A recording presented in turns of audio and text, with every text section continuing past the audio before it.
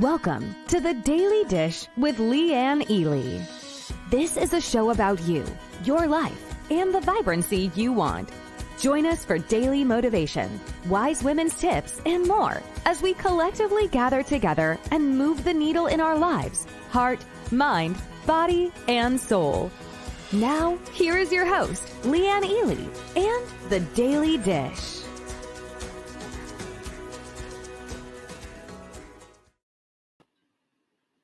Well, it is Transformational Tip Tuesday, and already Corliss, Flynn, and Kathy, and Jeanette are in the house. So's Amber, so's Jenny, so's Helen. Glad to have you here. She's listening while she's driving. I like that. Isn't that so much fun? Carla's here. Cornelia's back in the house. Good grief. Beth, hello. Good to have you here. I'm really delighted that you're here. I think today is going to be kind of a day. I hope you take today's contrast lesson to heart, because I think it's kind of interesting, as you start to look for these contrast things. And I don't know about you, but this is just how I operate. When I see things in such direct contrast, it really helps. That's how our brains are made, by the way. They love the contrast. Look at who is all coming on in. I see Doreen and Diane and Sarah, Patsy, Joanne, Marguerite's here. Hello.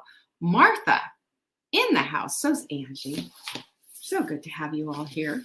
Did you know that our supplement of the week is Crave Crusher? Now, I think that Leptofix and Crave Crusher go hand in hand to make your life so much easier. Because what is in Crave Crusher? Well, there's a bunch of stuff in Crave Crusher, but including some amino acids and some vitamin C and what have you, but also some L-glutamine. Have I showed you this before? I have shown you this. I know I have. But I'm just going to tell you, anybody who goes through cravings like crazy, this is how you fix it. Look, this is L-glutamine. It's just a simple little amino acid. You put it on a clean finger and put it on gums and tongue. It cuts off the pleasure center to the brain. Boom, like that, which means you're having a problem with sugar, carbs, smoking, booze, gambling, shopping, name an addiction. It cuts the pleasure center off to the brain because it all goes to the same place, and it helps you get back into control. It's so much better. Let me just tell you about that. Show and tell, man. You betcha. I just did it. Susan, hey, good to have you here. Anyway, we have this in the shop. Hi, Debbie. Good to have you. We have this in the shop, and it is just a game changer. Nancy's here, too, in the house. It is a game changer, and the reason it's a game changer is because you can put it in a little baggie, stick it in your purse, although cops are going to look at it like you're a drug dealer. So be careful of that. Or like me, you just leave it on your desk in a little, dish and just have at it when you need it. It is that potent and that helpful. Crave Crusher has that in there too, among other things, but it holds you all day. So for Crave Crusher, you can find this. It's our supplement of the week. Buy 3, get 1 free at savingdinner.com/show. There you go. Now, we are starting the sprint on Monday. This is why you saw the show and tell. We've got a lot of new people coming on, and I know all of our old people. Sorry if I'm calling you an old person. You know what I mean. But we are going to be 100% supportive with everyone. We're going to make sure that you feel seen. We're going to make sure that you feel supported and encouraged as we go through this whole, 7 days. It starts on Monday. Start getting ready now. You can watch last night's webinar at savingdinner.com/sprint. And there's a link there that will allow you to pick up the guide with the recipes. There's a food journal there. There's all kinds of goodies. It's all free. Just go ahead and do that. Strong suggestion, especially if this is not your first rodeo with the sprint. Get a sprint kit. Get a sprint kit. Number one, I'm going to tell you what, this is not old, experienced. Yes, Sarah, not old, experienced. Oh my goodness, exactly. But here's the deal that I want to mention. Not only do our sprint kits first of all, you put together everything that you're going to need so that you can make your Target Trifecta smoothie. But secondarily, you're going to get a massive discount on it, and it is a needle mover. It will show you just what you're made out of, because you'll find yourself being able to go 3, 4, even 5 hours without rattling around in the pantry looking for something, to eat. You won't feel it. You won't even think about food. What about that? But if it's your first time and you're a sugar burner because you've been eating a lot of carbs, you're thinking, yeah, I just need to get off this crazy carousel, maybe, maybe, then I would strongly suggest that you have some L-glutamine on hand, and you would also have some hot milk mix on hand, because that will help with the low carb flow. Okay. I'm just offering some advice from someone who's been there, done that, and got the t-shirt. Hello, Lucy. Hi, Denise. And I'm so glad you enjoyed the webinar last night. Thank you, Lucy, for that. So what else do we have to tell you? Oh, text messaging. Do you know, I did a little thingy yesterday showing you how to do the text messages, but it's a matter of putting the phone number in the message part. Usually you put somebody's name, but you got to put the phone number in there. And then the message part, you just put the word join. That's it. And I'm going to give you that phone number right now. Jenny will put it up for you right here underneath the banner. But when you do this text message right there, you text the word join to this phone number. It's 855-960-3720, and you'll be added to our list. It's going to ask you to confirm it. Did you want to join this? And it'll say Y or N. Put the Y in, and then guess what? Guess what the next thing is? The next thing is you'll start getting our messages. And we just sent a great one out yesterday that so many of you took advantage of, which I don't blame you, because it was the last of our birthday messages. But guess what's happening this Saturday? Guess. My doggie is turning 1. Lincoln is turning 1 year old on Saturday. That big mutt. He's 90-something pounds, and he's a little bit something.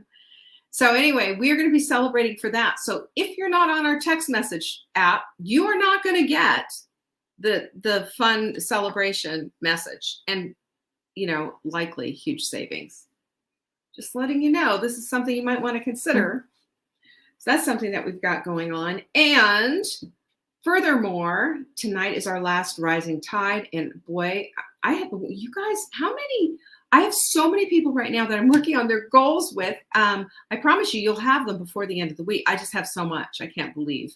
So that's number 1. Number 2 is, after Rising Tide is over, we're rolling right over and going into Inner Circle. You can find out all about Inner Circle at savingdinner.com/circle. This group is incredible. We've got a lot of women who are coming back, and boy, oh boy, are we not excited for this? Hi, Jama. Hi, Terry. Hi, Joanne and Mary. And who else do we have? Tanya's in the house. I like it. I love what Sarah just said, too. She said it's amazing how much time you save by not thinking, buying, cooking, snacking on food all the time. And that is the truth. I consider myself a foodie. I love food. I think it's great. I love to eat it. I love to cook it. I love everything about food, real food, that is. But even so, taking a break and just having the week worked out and start really feeling better and dropping a whole bunch of inflammation, boy, yes. What a thing. It is a thing. So make sure that you're checking out, be here for Rising Tide tonight. Boy, it's going to be good because it's our last one. And then also be considering Inner Circle, because if you want more, if you're looking to elevate and raise, not just create goals, but follow through on them, well, there you go. I know it's going to be fun. Hey, Mimi, I'm glad you're here. On Friday, we have our Q&A. You know that, right? Send your questions in. All you have to do is send them in to support@savingdinner.com. Question for Leanne on Friday. There you go. And there you are. Hello there, Teresa. I'm so glad you've made it today. Here is our quote of the week. Care about people's approval, and you will be their prisoner. Can we put that in starker terms, please? Isn't that the truth? I know that's true. We've all experienced that, haven't we? Anyway, let's get busy and get on to what we're talking about today, because we are doing contrasts all this week. Stark contrasts, because our brains like that. Our brains like to say, oh, this, not that, or that, not this. Now I get it. So I got this idea from a Men's Health magazine. I explained this yesterday, but Men's Health used to do this. I don't even know if they still do this, but eat this, not that. And it was always so stark. They'd show like an apple versus an apple gooey fruit roll up, and I used to do it food or crap. If anybody ever saw my presentation on that, it was just, obvious, right? Obvious. This is what this is about. But have you ever heard of this term called generativity?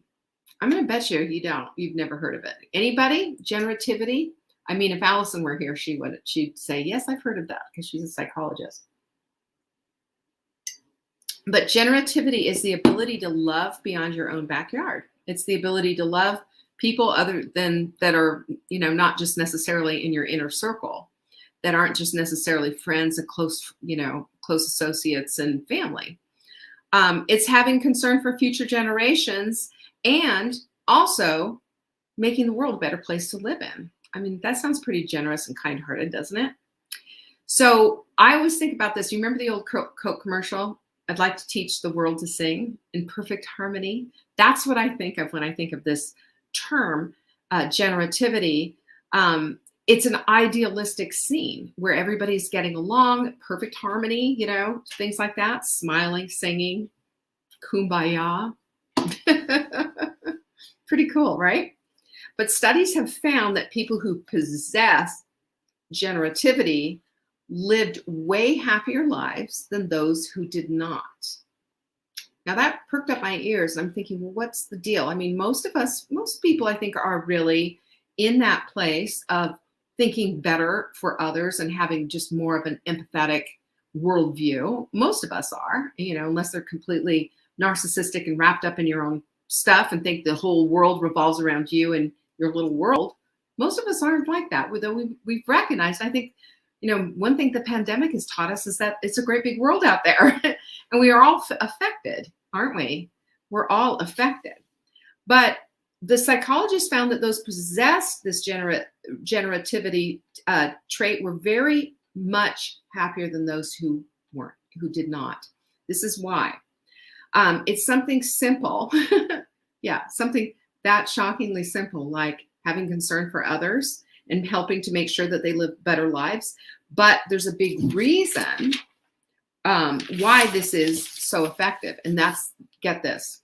So there's this author named Dan McAdams. He wrote this book called The Redemptive Self. He studied people who seemingly had this generativity trait. They considered it a trait when they were studying this, and found one big difference between them and between others. And that was the story they told themselves about themselves, right? Okay, about themselves and about their lives. So this was, and remember, this is a study that they did. This is an actual study that was funded, by some company or something. So I just want you to realize something. This isn't just something this guy noticed and whatever. This is from a study. And what they did is they took this giant swath of people, and it was men and women of all ages, all colors, all cultures, all, however they identified gender-wise, kind of a thing, however they sexually, how they identify, all of that stuff. So there was it was a great big, huge tumbler of humanity, all kinds of folks. Professions, everything, just everything different. But they all possess this whole thing of generativity. So get this, they all had way different stories to tell, of course. I always think about this when I'm out in a crowd, by the way, it's a sidebar. When I'm in a crowd, I always look around and I see all these people and I always think, everyone here has a unique story. And I bet if we all sat around and talked about it, we'd find the Kevin Bacons in it, how you're 7 degrees separated from Kevin Bacon or whatever that is. But there's connections always. I don't believe anything is ever random, really, but there's connections always. And, people all have their stories. But there was a big difference of what the plumb line that these guys all shared, all these men and women all shared. And that was the story that they told themselves all had a similar thread, right? First, they thought life is wonderful. Life is wonderful. Then something bad happens, and they call this the contamination story, right? I mean, this is how Hollywood movies are filmed, really. Everything's great, it's idyllic, then all of a sudden the war comes, they blow up the family farm, and now we're on the run and we're refugees. Life sucks. So that's pretty much what they did. Is they have this is what the story is. First, life is wonderful. Second, the contamination story happens and something happens to them, their family, their person, whatever. But rather, here's where it gets interesting. Rather than play that out over and over and over again, trapped in the negative loop of that story and those tragic circumstances, they create a redemptive story out of it. Redemption. Does that sound familiar? Right? Tragedy to redemption. Hold on. So I look at that and I go, whoa, what we're talking about is beauty from ashes, y'all. Yeah, get out the Isaiah, get out your Bible right there. Beauty from ashes. So let's look at the contrast, because this is where it gets interesting. Instead of having this crippling tragedy that has absolutely muffed up your whole life and is never going to help you to be this, that, or the other thing. And I mean, think about people who've had tragic things happen. Think about the young woman who, can't think of her name right now, but she was a surfer and had her arm bitten off. She lost her arm, but she didn't lose her life. And she chose to look at it differently, didn't she? She didn't say, this shark ruined my life. I hate sharks. Now I'm going to go find every shark that I could kill, or I'm going to go on this, circuit and start talking about the dangers of sharks and warn everybody about sharks. No, she went back out into the water. As soon as they gave her Bethany, that's right. As soon as they gave her the okay, they let her go. They let her go back out, and she was out paddling with one arm. She got married with one arm. She had a kid, one arm. It didn't define her.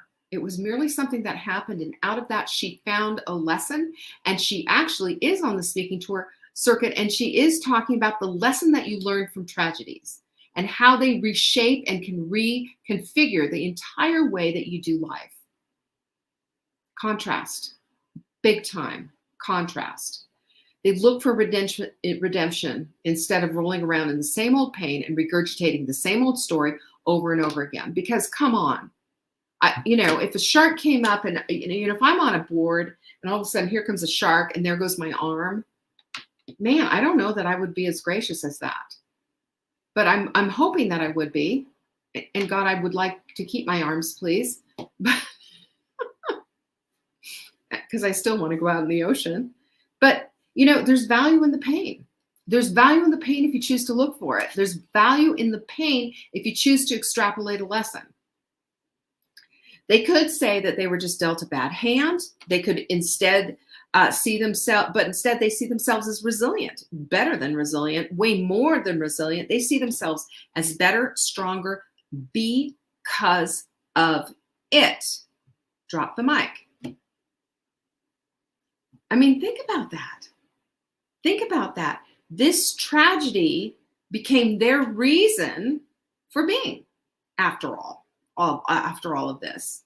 They didn't become bitter. They didn't become, nasty and over it. They didn't shut down. They opened up. It was a growth lesson for them. So that's what I wrote here. Instead of being trapped in trauma, they have a post-trauma growth spurt. They had a growth spurt. They learned from it. They became better human beings because of it. That's a contrast right there. That is a huge contrast. And they tested this generativity with a group of heart attack patients. This was interesting. And those who construed some sort of benefit from the heart attack were the ones that had significantly better outcomes than those that didn't, and they were less likely to have a subsequent heart attack. We hear about this stuff, but what I'm trying to do is show you that there is a category of people who are like this. They're not unusual. They've made a different decision is all. They're choosing to look at something through a completely different lens. That's my point. And we all have the ability to do this. This is something that can be developed. This can be a beautiful thing that comes out of our past if we choose. If we choose. So we can suffer and grow at the same time. I think that's very interesting because usually we think of suffering as just shriveling up and just, starting to die out. But no, suffering and growing. Growing through the suffering is what it's all about. And the search for meaning is how people survive the unthinkable. Think about all the Nazi concentration camps and think about, Viktor Frankl's book, The Search for Meaning, was written because of Nazi concentration camps, right? So think about that. Think about all of this stuff and think about becoming better on the other side. Look for the lessons, ask for the lessons that are in there and see if it doesn't get revealed to you, because I believe that this is how God shows himself to be who he is, and it shows us how we have the capacity because he created us. So here are some common denominators that you can find in people who have this trait, okay? Number one is they all believe that they are blessed. Do you believe you're blessed? Gosh, I know I'm blessed. I know I'm blessed. Abundantly, overflowingly, amazingly. But they also work from this place of gratitude. Gratitude is on their lips every single day. This is one of the reasons we start our day off in the Take Back Your Life journal with 3 gratitudes. Because if we can start with gratitude, we're going to see increasingly how blessed we are. And we're going to feel like we're here on purpose and for purpose, and that our whole purpose then is to create a new focus and to appreciate all the blessings that have been bestowed upon us. Doesn't that sound preacher-like? It's incredible. But we have all been so blessed. But those with this gosh, now I can't even say it. They are the ones who see this, feel this, live it daily, and wake up with these words on their lips. I am blessed. Number 2 is recognizing the suffering of others. When we recognize the suffering of others, we see other people and we can feel their stuff. And when you see yourself here, on purpose and for purpose here, and that you recognize that every other person on this planet is also here on purpose and for purpose, that expands the borders of our hearts. That changes everything. Think about that. Because what happens, and we see this all the time, it's very unfortunate. We see there's a whole group of folks who think that in order to be blessed, in order to be loved, in order to be whatever, you need to look like me, sound like me, be from the same place that I'm from, and be just like me, but just, maybe brown hair instead, brown eyes instead. And that's not so, because we recognize, those of us who are in this place of recognizing our blessedness, and 2, our chosenness, understand that we're here on purpose and for purpose, and so is every other person on this planet. You're not the only one, sister. It's you, me, and millions of others. You don't think that they're here on purpose too and for purpose too? That's how we expand the borders of our hearts. That's how we love more. That's how we become way more empathetic and start seeing the world a little bit bigger than what our tiny little microcosm is. And number 3 is moral fortitude. we all believe this, right? That we have a strong moral fiber. I sure like to think so. But that comes out in what you do as well. And that you believe doing the right thing is always the right thing to do, not just when people are looking, but when people aren't looking and celebrating you anyway. And that's a big deal, because integrity, integrity certainly, it lives amongst us at all times, 100% of the time. Sometimes it's seen and sometimes it's not. But I will tell you, integrity always finds out fake integrity, doesn't it? The smoke and mirrors of pretend always finds it out. Living truthfully is moral fortitude. Living truthfully and believing and doing the right thing is also the thing that's going to be the plumb line of these folks with this incredibly generous spirit. And number 4 is looking at a big setback, even if it still bothers you, and doing a director's cut version. I love this. Isn't this so great? You can do a movie of your life in your head, but you can also choose what parts you're going to, dwell on. I remember a long time ago, and I don't remember the name of the movie. I don't remember, what it was, but it was a movie about, it was a true story about this thing that happened. And what they chose to do for the trauma part was they alluded to it. They didn't show it. It was a big rape scene, by the way. They didn't show this big thing, except you knew it was going to happen. And it was, imperative that you knew about this, because it was, the whole, linchpin for the story. But you don't have to get graphic and show it and have it go on for 10 minutes with the frightening music and the screaming and all of that. You don't need to do all of that, right? This is exactly what having a director's cut about your own life is about. It's choosing what scenes to amplify.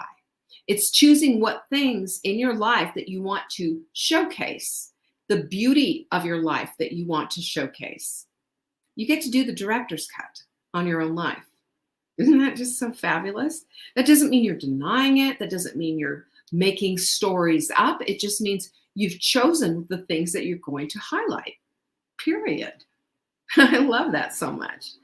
And the thing is, remember, we're not creating a false narrative here. We're creating a movie of the things that we want in our lives to shine, the things that we want to trot out in front of everybody and live in and celebrate. That's what it is. And that's when we do this, when we learn from that setback and we make a decision to do our own director's cut, what we're doing is we're walking out in faith, and we're also walking out with, this is my story, and these are the things that I'd like you to know about it. Just makes such a difference.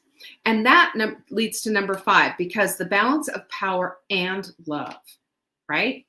You believe, yes, you can make a difference, and yes, you can help other people along the way. But the eye-popping truth here is that as you help others, you are helping yourself. And Tanya's here, so I'm going to tell that story. So Tanya had a moment where she was wondering, should I or shouldn't I, give away all these clothes, right? This is not my first. I could say this is, Betty Sue. We could just use Betty Sue, whoever she is. But the whole thing was walking out in faith, believing in the power of love and the power of power. We can see that it's a powerful thing to love so greatly. It's a powerful thing to love with generosity. It's a powerful thing to give from a heart of abundance and a heart of having a lot. And when we do this, we are not only giving somebody something that they desperately probably need, but we're also giving back to ourselves and building up that power inside of us. There is a strength that comes from releasing things, and we see this all the time. And people who are decluttering their homes and getting them together, or decluttering their bodies and getting them together, it's the same principle. It's the same principle. There's not loss there. There's more gain than anything. There's a losing of things that no longer serve. Whether you're talking about body weight or you're talking about knickknacks on your shelf or whatever it is. When we do this, we move the needle in our lives and we show not only are we full of hope and full of love for other people, but we're also showing that we believe in God, that we believe in his ever abundant giving, and we will always have enough. We don't serve a God who capitalizes in scarcity. He's like, use that up and then I'll give you that one more thing. Maybe I'll give you another morsel. Maybe I'll give you another bucket of gruel. It's not like that. You can't outgive God. Have you noticed that? You just can't. And the more we give and the more we give out of our abundance and even out of what we barely have, the more we're going to get back. And that's not just in money, and it's not just in time or goods and services. It's also in our love and care for one another. This is something that's far-reaching and that changes everything, because this is making a difference in someone's life. This is you being that one person, you being that teacher who says to the 9-year-old the 9-year-old, when he's 40, says, if it wasn't for Mrs. Smith, I would have never fill in the blank. And Mrs. Smith is sitting there in the audience going, I don't know what I even did. I don't even remember. But you made an impact. And when we think of ourselves as being impactful people, that we can take this message and take this love and plant these seeds and love these people up, and there's always going to be more. It's never going to run out. Then we become more and more generous with our time, with our love, with our resources, with our everything. We do. It just naturally works that way. And it naturally works out too. So the future, number 6, is that the future is bright and shiny. That's another trait with these folks. That's another trait. They see this and they say, you know what? The future is bright and shiny. And do you know what that is? You know why that is? It's because wise women choose and decide to have goals that push them a little bit, that stretch them a little bit, and that give them a future and a hope. Ever hear of that one before? A future on the hope. Something to work on and toward. That's what makes life yummy and juicy and delicious, isn't it? It does. Because at that point, life is full of all kinds of different choices. And at that point, life is full of all kinds of different people. And at that point, life has become everything that you want it to become. You've elevated and risen above the circumstances and instead grown your heart and the borders of your heart. I think that's how it's supposed to be. Honestly, I do. So what are you going to do with your story is my question. What are you going to do with your story? You can amplify the beauty of the things that have happened to you. You can look at the tragedies of things that have happened and decide that's just all you can talk about and think about. And it's because of that you can't go forward. Or you can say, you know what? I learned this amazing lesson from this thing. I learned that I'm so much more resilient. I learned that I have, Juanita, grit, not quit. I learned something about myself. And when we take that on and we're that conscious of what's going on, things start to change. So do you want your story to be a tragic tale, kind of a kind of Macbeth experience, or do you want it to be a story of redemption? You get to choose. You get to choose. First thing, though, be aware. Be aware of the story that you're telling yourself and be wise. Wise women choose the director's cut. That's what I know. Anyway, I hope that was helpful for you. Don't you love these contrast things? I sure do. And wise women, tomorrow, Wednesday, be there or be square. And don't forget, tonight is the last night for Rising Tide. I can't believe it. How did that go so fast? It is February 1st. Who knew? And then don't forget, we will be starting on Inner Circle the next Tuesday. There's still an opportunity to get in, by the way. Check it out at savingdinner.com/circle. And I will see you tomorrow. Thank you so much for joining me tonight. I appreciate it. Peace be with you. Bye-bye.